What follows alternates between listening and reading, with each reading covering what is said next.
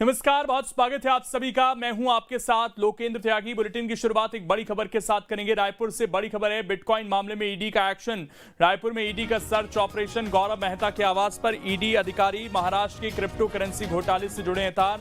गौरव मेहता एक कंसल्टेंसी के लिए करते थे काम। पुणे पुलिस को अमित भारद्वाज के 6600 करोड़ के क्रिप्टो करेंसी घोटाले की जांच में मदद कर रही है। चुनाव में उपयोग के लिए घोटाले से बिटकॉइन नकद की मांग थी।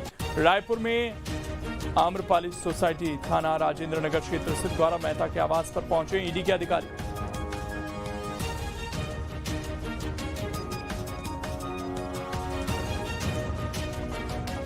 और आपको बता दें कि इस पूरे मामले में अब सीबीआई की भी जांच जो है वो देखने को मिलेगी। तो एक तरफ ईडी का शिकंजा है, दूसरी तरफ सीबीआई भी इस मामले में एक्शन लेती हुई दिखाई दे रही है। रायपुर में ईडी का एक्शन जारी है। सर्च ऑपरेशन में मिला गौरव मेहता का एक लैपटॉप और कई हार्ड डिस्क। लैपटॉप और हार्ड डिस्क को जांच रही है फिलहाल टीम। तो काफी बड़ा ये घोटाला है और गौरव मेहता के आवास पर पहुंचे हैं ईडी अधिकारी और वहां पर जांच पड़ताल जारी है। महाराष्ट्र की क्रिप्टो करेंसी घोटाले से इसके तार जुड़ते हुए नजर आ रहे हैं और बताया ये भी जा रहा है कि चुनाव से भी इसका जो एंगल है वो जुड़ा हुआ है। अंकुश हमारे साथ इस वक्त लाइव जुड़ चुके हैं। अंकुश, अभी क्या अपडेट मिली है इस पूरे मामले में? और खबर आ रही है कि सीबीआई की भी एंट्री हो गई है अब इसमें।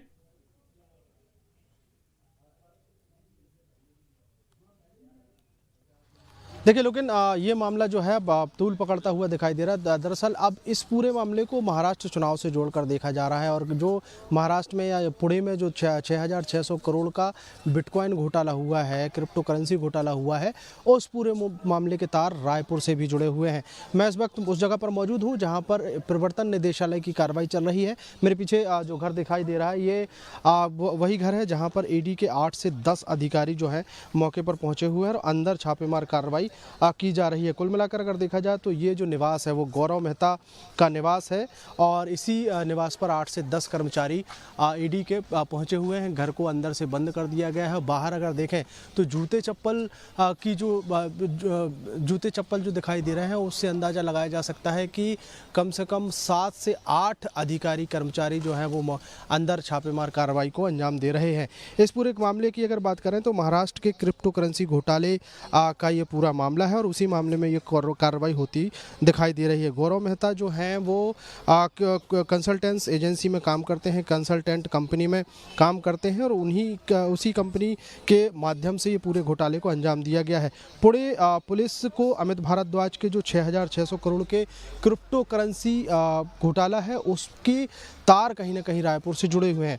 इस पूरे मामले में पूरी जांच हो रही है कि कहाँ कितना ट्रांजैक्शन किया गया है, कहाँ कहीं अगर कैश का उपयोग हुआ है तो वो कहाँ से आया है और ये घर है जहाँ पर ये छापेमार कार्रवाई की गई है, इस घर में रहने वाले जो लोग हैं उनका इस पूरे मामले में क्या क्या हाथ है। गौरव मेहता जो कंसल्टेंस एजेंसी में काम करते हैं उनका इस पूरे मामले में उनका क्या क्या योगदान है। इसके अलावा एक बड़ा अपडेट ये है कि ईडी की कार्रवाई जो है वो अंदर चल रही है और प्रवर्तन निदेशालय की कार्रवाई के दौरान यहाँ पर सीबीआई की एंट्री हुई है। सीबीआई की एंट्री किस तरीके से हुई है मैं आपको एक तस्वीर दिखा देता हूँ कि यहाँ पर कुछ वाहन गाड़ी जो है काफी देर से यहाँ पर इंतजार कर रही है। पता करने के बाद पता ये चला कि सीबीआई के अधिकारी इस गाड़ी में बहुत देर से इंतजार कर रहे हैं। मतलब साफ है कि जब प्रवर्तन निदेशालय के अधिकारी जब बाहर निकलेंगे तो सीबीआई की एंट्री होगी। ये एक बड़ा अपडेट है। मतलब ये इतना बड़ा मामला है, महाराष्ट्र चुनाव से जुड़ा हुआ पूरा मामला है कि इसमें ईडी अपनी कार्रवाई करेगी, सीबीआई अपनी कार्रवाई करती हुई दिखाई देगी।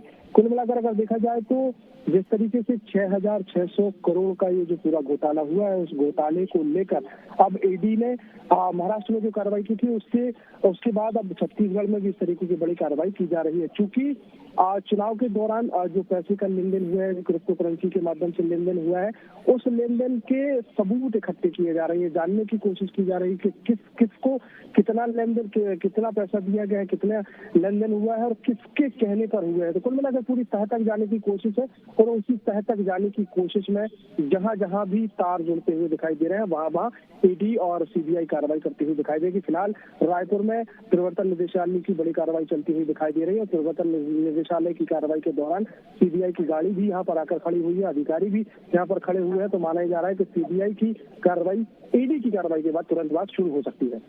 शुक्रिया आपका जुड़ने के लिए और जानकारी देने के लिए। तो सीबीआई की भी अब यहाँ पर कार्रवाई देखने को मिल सकती है, जैसा हमारे सहयोगी यहाँ पर जानकारी